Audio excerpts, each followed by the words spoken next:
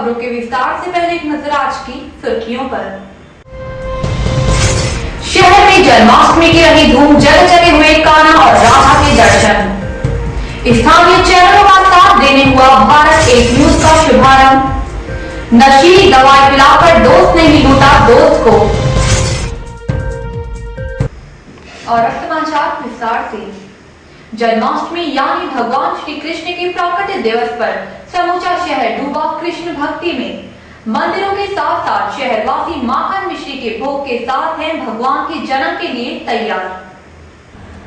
कंस जैसे दुष्ट राजा की बुराई को समाप्त करने के लिए जन्मे भगवान श्री कृष्ण का जन्मोत्सव पूरे देश में श्री कृष्ण जन्माष्टमी के रूप में बड़े ही धूमधाम से मनाया जाता है। आज भगवान श्री कृष्ण का जन्मदिन यानी श्री कृष्ण जन्माष्टमी परम योग में पूरे शहर में मनाई जा रही है। आज से करीब 5000 साल पहले इसी परम योग में कान्हा का जन्म हुआ था। अतः सदियों बाद आज पुनः उसी योग में कान्हा का जन्मोत्सव मनाया जा रहा है। इस दौरान शहर में विभिन्न मंदिरों पर भव्य सजावट की गई। वहीं शहरवासी भी सुबह से भगवान के जन्मोत्सव की तैयारी में खरीदारी करते नजर आए। शहर में सबसे प्रसिद्ध फूलबाग स्थित गोपाल मंदिर पर राधा कृष्ण को करोड़ों के जेवरात पहनाए गए तथा श्रृंगार किया गया। इस अवसर पर महापौर समीक्षा गुप्ता भी विशेष रूप से उपस्थित रहीं। Thank you.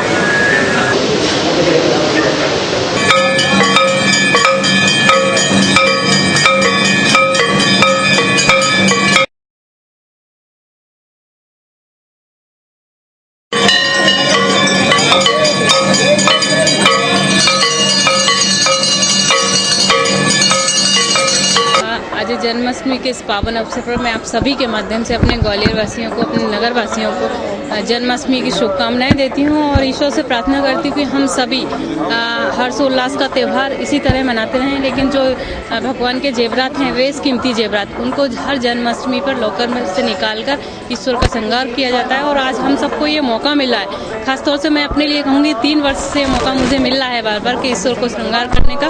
और मैं ईश्वर से यही प्रार्थना करूँगी कि ये मौका मुझे बार बार मिले। और ये हमारे ग्वालियर वासियों के लिए गोपाल मंदिर एक ऐतिहासिक प्राचीन मंदिर है और उस मंदिर में आप देख रहे हैं कि दर्शन के लिए कितना तांता लगा हुआ है और रात लगभग 2 बजे तक इसी तरीके का यहाँ लोग दर्शन करने आते हैं। और ईश्वर में जिस तरीके से हम सभी की आस्था है, भगवान कृष्ण का जन्म है, इस जन्म उत्सव पर आप सभी को बहुत सारी शुभकामनाएं। वहीं जन्माष्टमी तथा गहनों को लेकर कड़ी सुरक्षा के इंतजाम किए गए हैं। बड़ी संख्या में पुलिस बल तैनात किया गया है। कृष्ण जन्माष्टमी को दृष्टिगत रखते हुए जो है सभी जितने भी श्री कृष्ण भगवान जी के मंदिर हैं वहाँ पे सुरक्षा व्यवस्था लगवाई गई है। और ये गोपाल मंदिर पे विशेष रूप से सुरक्षा व्यवस्था लगवाई गई है क्योंकि यहाँ पे जेवरात आते हैं सेंट्रल बैंक से, तो उसको एस्कॉर्ट करके लाया गया है। और यहाँ पे पूजा अर्चना के बाद जो काफ़ी भीड़ हो जाती है, तो उसको दृष्टिगत रखते हुए आउटर कॉर्डन, इनर कॉर्डन, गर्भगृह सभी की व्यवस्था लगाई गई है।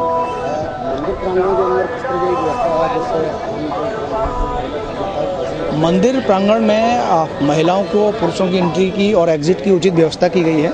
महिला थाना प्रभारी सहित महिला बल उपस्थित है, जिससे महिलाओं के साथ जो है उनको सुविधा हो, दर्शन करने में सुविधा हो और साथ ही अंदर कोई किसी प्रकार की उन्हें असुविधा ना हो, इसके लिए पर्याप्त बल लगाया। वहीं पुराने हाईकोर्ट स्थित गिरिराज जी के मंदिर में भगवान का विशेष श्रृंगार किया गया है तथा जन्मोत्सव की तैयारियां की जा रही है। वहीं सनातन धर्म मंदिर में भी जन्माष्टमी के अवसर पर मंदिर की विशेष साज सज्जा की गई है तथा जन्मोत्सव के दौरान फूल बंगला सजाया गया है। साथ ही भगवान को 56 भोग लगाया जाएगा। वहीं भगवान का जन्मोत्सव शहनाई वादन के साथ किया जाएगा। इसी तरह शहर में मंदिर ही नहीं, घरों में भी जन्माष्टमी पर भगवान के जन्म के लिए लोग बेसब्री से इंतजार कर रहे हैं। जन्माष्टमी पर छोटे छोटे बच्चे कान्हा का रूप रखते नजर आए तथा शहर के नन्हे मुन्नों की कान्हा के रूप में बिखेरती यह अदाएं मनमोहती नजर आईं। जन्माष्टमी के अवसर पर पाटनकर बाजार स्थित कृष्ण मंदिर से एक भव्य चल समारोह निकाला गया, जिसमें कलश यात्रा के साथ साथ भगवान की पालकी निकाली गई। यह चल समारोह दाल बाजार, लोहिया बाजार, महाराज बाड़ा आदि विभिन्न मार्गों से होता हुआ वापस मंदिर पहुंचा। बोलो गोविंद बोलो गोपाल बोलो गोविंद बोलो गोपाल बोलो गोविंद बोलो गोपाल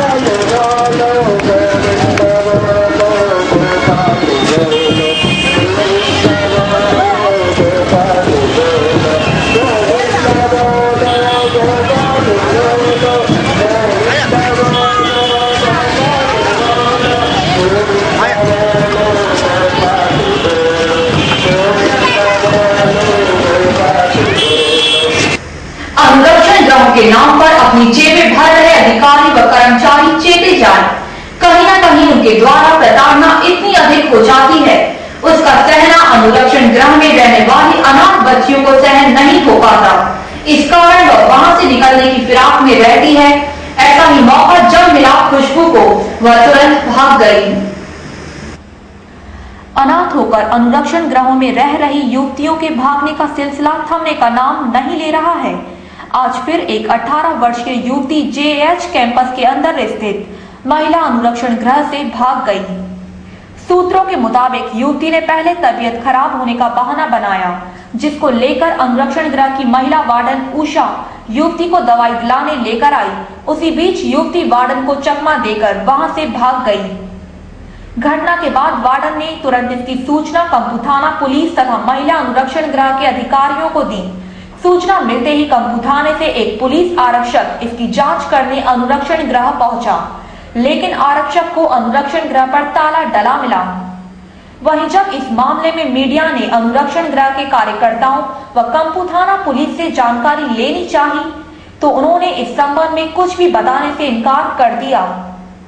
इस पूरे मामले को देखने के बाद ऐसा लगता है कि कहीं न कहीं से महिला अनुरक्षण गृह में लापरवाहियां बढ़ती जा रही है, जो कि वहां रह रही अनाथ बच्चियों को उस तरह का माहौल नहीं दे पा रही हैं, जिसके चलते ऐसे मामले देखने को मिल रहे हैं।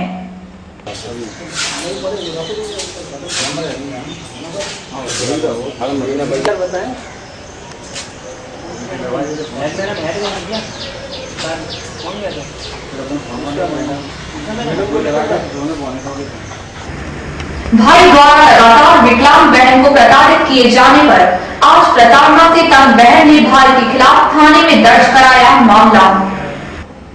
भूरे बाबा की बस्ती में रहने वाली विकलांग गीता राजपूत अपनी मां के निधन के बाद अपने बड़े भाई गौतम राजपूत के साथ रह रही थी।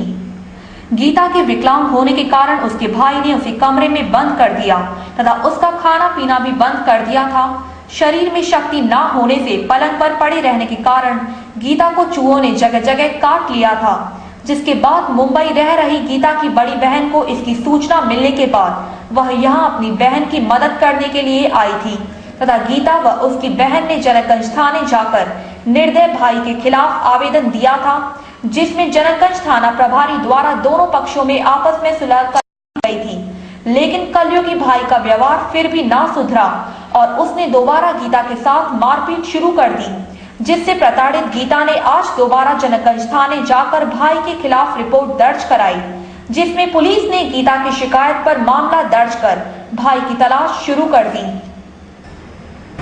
जेल में हुई दोस्ती के बाद हुरावली में रहने वाले अपने दोस्त के बेटे के जन्मदिन में शामिल होने पहुंचा बदमाश परिवार वालों को नशीली कोल्ड ड्रिंक पिलाने के बाद गहने और नकदी लेकर हुआ गायब। हुरावली में रहने वाला सतराम सिंह 2 साल पहले हत्या के प्रयास के मामले में जेल से रिहा हुआ था। जेल में रहते हुए इसकी दोस्ती राहुल गुप्ता नामक एक अन्य बदमाश से हो गई थी। कल सतराम के लड़के का जन्मदिन होने के चलते राहुल भी सतराम के घर गया था। इस दौरान राहुल ने अपने साथ लाई कोल्ड ड्रिंक की बोतल से सभी को कोल्ड ड्रिंक पिलाई। कोल्ड ड्रिंक पीने के बाद ही वहां स्थित लोगों पर नशा हावी होने लगा तथा बेहोश हो गए। लोगों के बेहोश होने के बाद ही राहुल ने मौका देखकर घर से गहने तथा नकदी समेटे तथा वहां से फरार हो गया। घटना का पेप्सी आई, पेप्सी में कुछ पिला दिया। वो हमारे बुआ का लड़का, उनका दोस्त था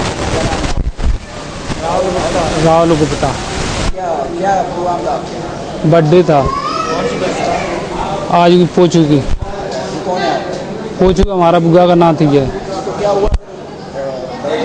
बर्थडे में का बर्थडे मनी ने आयु का था, मनी ने पाया। पहले आज रात के 11 बजे 10-11 बजे पेप्सी मंगवाए गए और ये क्या पिला दिया सिगरेट। रोज अब हमको मालूम 6 बजे पर ही है, तब हम गांव था बनते हुए आए, तब आए गए एम्बुलेंस को फ़ोन करो, तब एम्बुलेंस आए गए। कुछ जाम बत्ती है, कुछ बड़े हॉस्पिटल बत्ती है, पता नहीं सर। वो भैया का दोस्त था मारेगा, वो आया था शाम को। हाँ, बर्थडे में, बर्थडे सुबह था, वो आया था, वो गाड़ी ले गए, उसके भैया का बच्चा का ले गए साथ में, पेप्सी ले आया था, पता नहीं कुछ मिला ले गया क्या उसने। हाँ, पिला दिया, सबको पिला दिया, बेहोश हो गए। हाँ, सुबह मालूम पड़ी हमें। हाँ, सुबह आए थे, रिपोर्ट डाली एम्बुलेंस में, बुलाई थी, भर्ती करे। हाँ, सामान वगैरह भी। हाँ, चीज बतले गई, बच्ची की मारी गई। हाँ, हाँ। बेहोशी की हालत में 11 लोगों को जयारोग्य अस्पताल में भर्ती कराया गया, जिसमें बच्चा तथा उसके परिजन भी शामिल हैं। हाँ, अभी सवेरे हुरावली गांव जो कि थाना मुरार क्षेत्र के अंतर्गत आता है, वहाँ से सूचना आई थी कि कोई सतराम मिर्गा है, जहाँ पर उनके बेटे राजकुमार का कल जन्मदिन था। तो उन्होंने अपने दोस्त राहुल गुप्ता को भी उसमें इनवाइट किया था, और उस दौरान कोई कोल्ड ड्रिंक पी थी उन्होंने, और कोल्ड ड्रिंक पीने की वजह से परिवार के 11 लोगों की तबीयत खराब हो गई, और तबीयत खराब होने की वजह से उन्हें अस्पताल भर्ती कराया गया, जिनमें से एक बुज़ुर्ग उनकी माँ है, जिनको JH हॉस्पिटल रेफ़र किया गया। और बताया जा रहा है कि कोल्ड ड्रिंक में कुछ नशीली दवाई थी, जिसके कारण वो बेहोश हुए, और उसके बाद शायद परिवार में से, वहाँ घर में से कुछ चोरी भी हुई है। राहुल गुप्ता नाम बता रहे हैं, जो कि सतराम का दोस्त है, और जो कि 3-4 साल पहले जेल में इनकी मुलाकात हुई थी दोनों की, जब सतराम मिर्गा भी जेल में बंद थे। तो हो सकता है कि राहुल गुप्ता द्वारा चोरी करने के उद्देश्य से ये कार्रवाई की गई। फिलहाल जांच चल रही है। सामाजिक संस्था उड़ान ग्वालियर द्वारा प्रसिद्ध हॉकी खिलाड़ी ध्यानचंद के जन्म दिवस पर आज राज्य स्तरीय खेल सम्मान समारोह का आयोजन किया गया। सामाजिक संस्था उड़ान द्वारा जीवाजी क्लब में आयोजित इस सम्मान समारोह में हॉकी के क्षेत्र में अपनी उपलब्धियों से ग्वालियर को गौरवान्वित करने वाले एवं हॉकी के लिए अपने योगदान के लिए हॉकी खिलाड़ियों के साथ क्रिकेट तथा आदि खेलों से जुड़े राज्य स्तरीय खिलाड़ियों को शॉल एवं श्रीफल देकर सम्मानित किया गया। साथ ही सर्वश्रेष्ठ खिलाड़ी को ध्यानचंद गालक उत्कृष्ट खेल रत्न लाइफ टाइम अचीवमेंट अवार्ड देकर सम्मानित किया गया। भूषण शर्मा,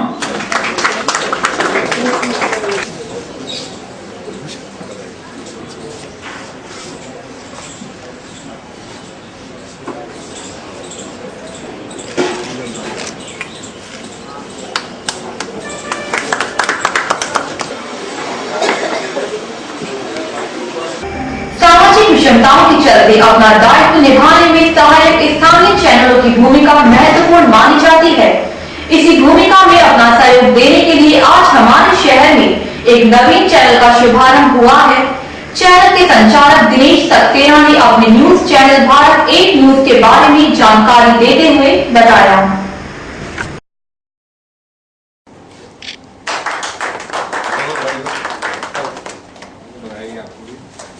तो 1 तारीख से होंगे ना 8 को।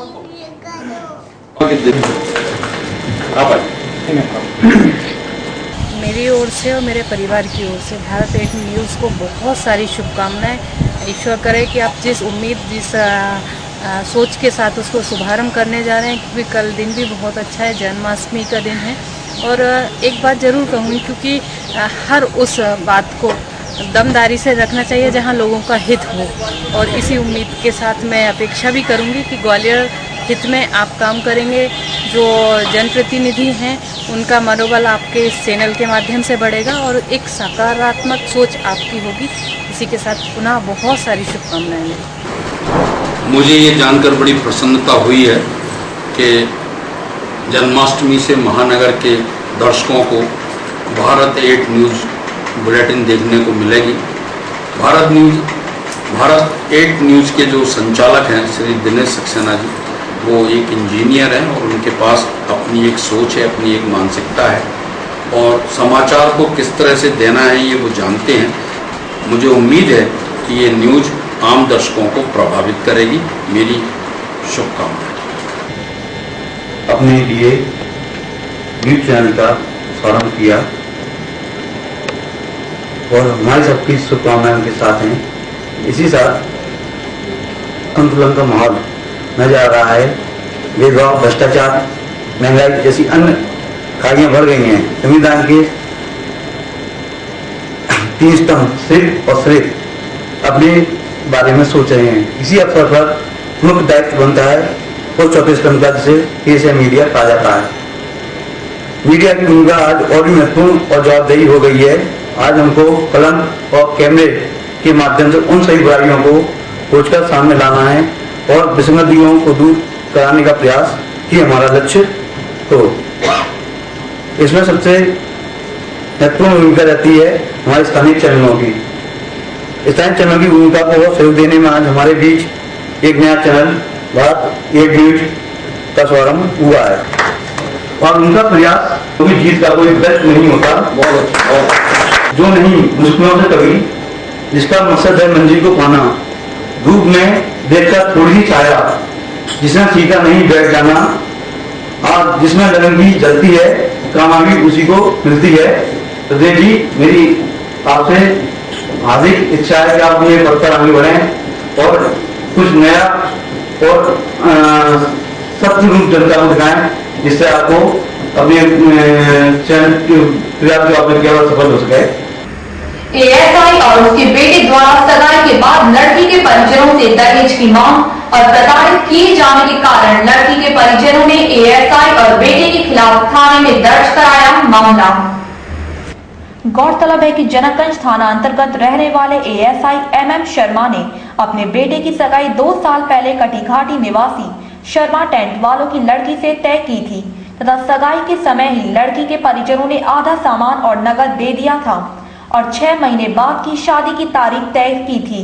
लेकिन एएसआई और उसके बेटे द्वारा काफी समय से लड़की के परिजनों को प्रताड़ित किया जा रहा था तथा और दहेज व 4 पहिया वाहन की मांग की जा रही थी, जिससे परेशान होकर उन्होंने जनकगंज थाने में एएसआई MM शर्मा और उसके बेटे के खिलाफ प्रताड़ना और दहेज का मामला दर्ज कराया, जिसके बाद पुलिस ने एएसआई को गिरफ्तार कर लिया तथा एएसआई का बेटा मौके से फरार हो गया। पुलिस द्वारा फरार आरोपी की खोजबीन की जा रही है। 16 तारीख को ये बात हो गई, चलो भाई अपन ने सगाई नहीं करना थी, फिर नहीं वो तो जल्दी में हम लोग जा रहे थे इंदौर। नहीं जल्दी होती है। 1 महीने के अंदर सर इन्होंने सारा समेटवा दिया हमारा। आप लोग अभी से ही ऐसा उस पर जिसने सगाई कराई थी ना, वही पीछे अपने हाथ कर लिया उन्होंने। वो उनके खास फूफा है, मेरे बचपन के दोस्त हैं, हमसे बोलना साथ पढ़े दोस्त, उनको बोलना था आप साथ में पढ़े। और फिर मैं आपको बुलाया था, मेरे पास जब आए थे तो आपको फोन किया, आपके घर इसने फोन आया, आपने किया था टेंट का फोन? नहीं सर मैंने नहीं किया। किसने किया था? ये मैंने क्लेम किया हुआ था, तो वो निकाल दिया उन्होंने सामने, कोर्ट के सामने निकाल दिया। 480 रुपए का टीए का, फिर जांच उन्होंने 6 महीने बाद बता दी। ये MM शर्मा जी हैं, ASI M रहे हैं। ये इनकी बच्चे की शादी कटी घाटी पे जो टेंट हाउस वाले हैं उनकी बच्ची के साथ तय हुई थी। सभी सगाई होने के बाद करीब 2 साल हो गए हैं, ये उससे शादी नहीं कर रहे थे। इनका आरोप ये है कि जो लड़की की माँ है वो बहुत हस्तक्षेप करती थी बार बार जब भी ये लोग मिलते थे, और उससे इनका मन भरने के कारण से इन्हें उससे शादी नहीं करना चाहिए। इन लोगों के बीच में कई बार पंचायत भी हुई, मगर ये चूँकि लड़की की बताना इनका ये है कि लड़की की जो माँ है उसका व्यवहार इनको बिल्कुल पसंद नहीं था, इस वजह से शादी नहीं करना चाहते थे। दहेज भी वापस जो दिया हुआ था उसमें वो वापस नहीं करते, शादी भी नहीं करते। उस वजह से फरियादी ने आके उसकी रिपोर्ट लिखाई और उसमें जो उनके लड़का के पिता हैं उनको गिरफ्तार किया है। लड़के की गिरफ्तारी अभी होना शेष है, अभी इनको न्यायालय में पेश किया जा रहा है। ये दहेज एक तो उसकी है कि 498 और 3/4 दहेज एक्ट। संत गजानन महाराज की 103वीं पुण्यतिथि के अवसर पर गजानन महाराज न्यास समिति द्वारा आज नई सड़क स्थित माधव महाविद्यालय में मराठी सुगम संगीत स्पर्धा का आयोजन किया गया। गजानन महाराज की पुण्यतिथि पर आयोजित इस मराठी सुगम संगीत स्पर्धा को 3 चरणों में संपन्न किया जाएगा, जिसके पहले चरण का आज आयोजन किया गया। प्रतियोगिता के पहले चरण में आज बच्चों ने कई मनमोहक प्रस्तुतियां दी। कार्यक्रम के प्रथम चरण में से 6 प्रतिभागियों का चयन किया जाएगा, जो दूसरे तथा तीसरे चरण में अपनी प्रस्तुति देंगे। इस अवसर पर कार्यक्रम में मुख्य अतिथि के रूप में शंकर पंडित तथा निर्णायक के रूप में जयदीप, मीना सुरंगे, सुचिता तथा जयश्री दवे उपस्थित थे।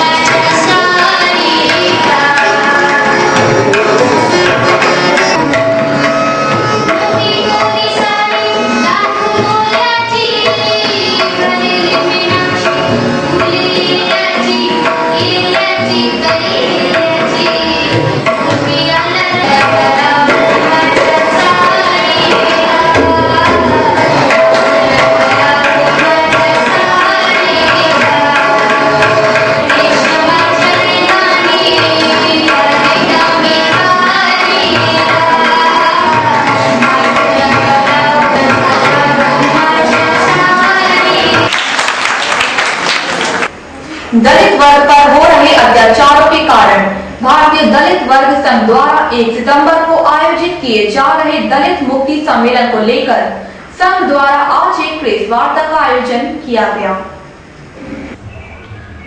भारतीय दलित संघ द्वारा आयोजित पत्रकार वार्ता में संघ के सदस्यों ने पत्रकारों को संबोधित करते हुए कहा कि इस प्रदेश में सभी राजनीतिक दलों की सरकारें दलित वर्ग पर हो रहे अत्याचारों को रोकने में असफल रही हैं। दलितों के प्रति उनका लगाव सिर्फ वोट हथियाने तक सीमित है। इस समस्या को रोकने के लिए मुख्यमंत्री द्वारा कोई मीटिंग तक नहीं बुलाई गई है। संघ द्वारा 1 सितंबर को आयोजित किए जा रहे दलित मुक्ति सम्मेलन को सामाजिक स्तर पर आयोजित किया जा रहा है, जिसमें किसी भी राजनीतिक दलों से जुड़े नेताओं को आमंत्रित नहीं किया गया है। इस अवसर पर कार्यक्रम में संघ के राष्ट्रीय संगठन मंत्री गोपीलाल भारतीय, सदस्य राष्ट्रीय कार्यकारिणी ओम प्रकाश तिवारी, प्रदेश अध्यक्ष सुधीर मंडेलिया आदि सदस्य उपस्थित थे। अत्याचार मुक्त भारत के लिए दलित मुक्ति सम्मेलन करने जा रहे हैं, जो कि दलितों पर होने वाले अत्याचारों से दलितों की मुक्ति के लिए कोई ठोस निर्णय लेंगे। हम लोग सामाजिक स्तर पर यह कार्यक्रम आयोजित कर रहे हैं और इसी उद्देश्य से अत्याचारों की मुक्ति के लिए ये आंदोलन किया जा रहा, सम्मेलन किया जा रहा। कब सम्मेलन कब होगा, कब आयोजित किया जाएगा? 1 सितंबर 2013 को दोपहर 12 से महाराजा मानसिंह चौक है यहाँ, उस पर ही हम लोग करने जा रहे हैं। एंटी वर्किंग जर्नलिस्ट यूनियन द्वारा आज पत्रकारों के साथ हो रही घटनाओं के विरोध में फूलबाग से मोती महल तक शांति मार्च निकाला गया, जिसमें वरिष्ठ पत्रकार भी रहे उपस्थित।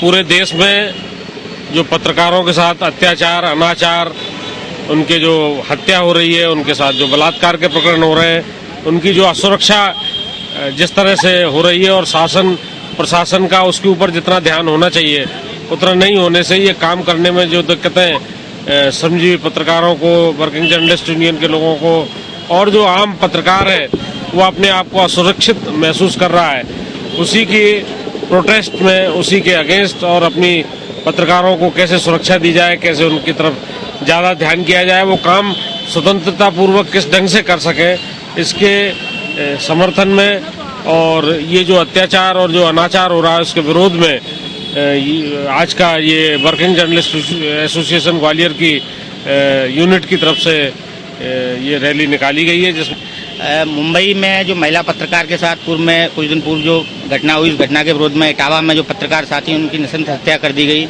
इस तरीके की जो घटनाएं हुई हैं, जो लोकतंत्र का जो चौथा स्तंभ है उसको कमजोर करने का जो प्रयास किया जा रहा है, उसके विरोध में आज हमने ये शांति मार्च निकाला है। और इस शांति मार्च में शहर के पत्रकार, बुद्धिजीवी, राजनेता सभी ने इसमें सहभागिता की है और ये मैसेज देने का प्रयास किया गया है कि लोकतंत्र जब भी मजबूत रह सकता है जबकि समाज का, लोकतंत्र का जो चौथा स्तंभ है उसको पूरी तरीके से मजबूत और स्वतंत्रता दी जाए।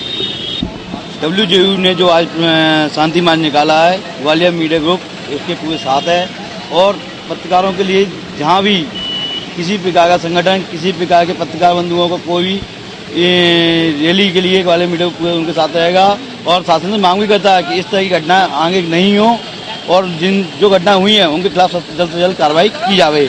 और पत्रकारों ने तो हमें और कई निर्णय लिए हैं, जैसे पत्रकारों को जो संघर्ष का सामना करना पड़ता है, अपने काम को बखूबी अंजाम नहीं दे पाते हैं, मेहनत के बावजूद उनको उतना तय समय श्रेय नहीं मिल पाता है, उसके बारे में वह जल्द से जल्द विचार करें और इसके लिए पत्रकार के लिए मुख्यमंत्री को इसके लिए कोई विशेष निर्णय जारी कर देना चाहिए कि पत्रकारों के साथ इस प्रकार का व्यवहार में कम से कम समय लगे और जल्द से जल्द न्याय मिले।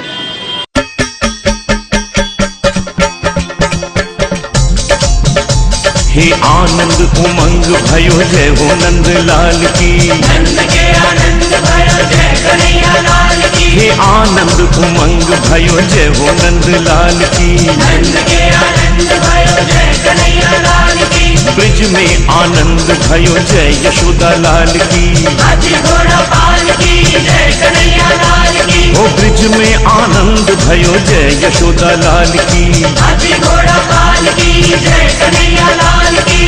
जय हो नंद लाल की जय यशोदा लाल की, गोकुल में आनंद भयो जय कन्हैया लाल की। ओ जय हो नंद लाल की जय यशोदा लाल की, गोकुल में आनंद भयो जय कन्हैया लाल की। और चलते चलते एक नजर डालते हैं आज की सुर्खियों पर। शहर में जन्माष्टमी की रही धूम, जगह जगह हुए कान्हा और राधा के दर्शन। स्थानीय चैनलों का साथ देने हुआ भारत एक न्यूज का शुभारंभ। नशीली दवाई पिलाकर दोस्त ने ही लूटा दोस्त को। आज के समाचार अब यहीं समाप्त होते हैं, कल फिर मिलेंगे नई खबरों के साथ, तब तक के लिए नमस्कार।